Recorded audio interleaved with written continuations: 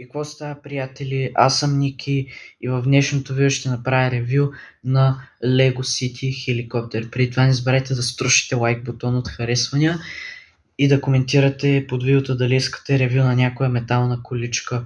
Та нека направо започваме с клипа. Ето го хеликоптера.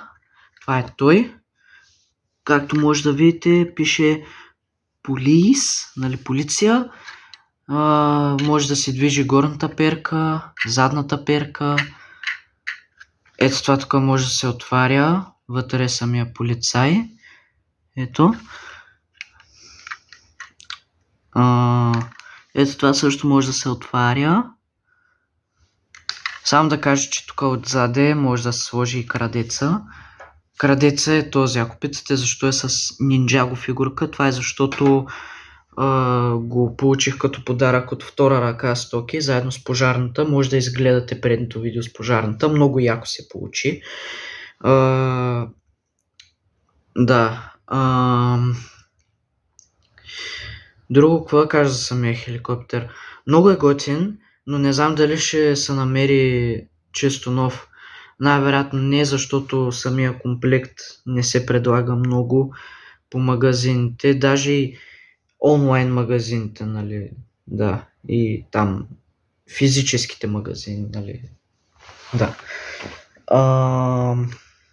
Друго, хеликоптера ми харесва много, защото аз преди това нямах хеликоптер от Лего, а само парчета и пробвах всякакви опити да построя хеликоптер от Лего. Какви ли не опити съм правил. Някои от тях се получиха, ама след това се провалиха и да. Друго, може да видите, че съм добавил и други парчета. Ето това тук, ето и това също. За хеликоптера мога да кажа, че много яко се получи като го построих. И като го построих си викам, това е първият ми хеликоптер на LEGO City, не мога да повярвам. И аз много се зарадвах и много се изкефих, защото, нали, да, защото първият ми хеликоптер, хора, не мога да повярвам просто, нали, първият ми хеликоптер, можете ли да повярвате изобщо? Първият ми хеликоптер от LEGO. И да, аз мисля да му направя такова хеликоптерна площадка, ама не знам дали ще успея, защото това е адски трудно за строене и ще бъде голям предизвикателство да направя хеликоптерна площадка от Лего. И малко трудно ще стане, може да се получи добре, може да се получи много зле.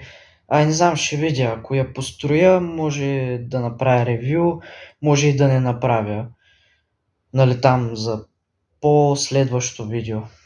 И да, просто не знам, ще видя просто. И да, това е като цяло. Надявам се видеото да ви е харесало. Ако е така, не забравяйте да струшите лайк бутона от харесвания и да пишете в коментарите дали искате ревю на някоя метална количка. Ще се видим в следващото видео. До скоро!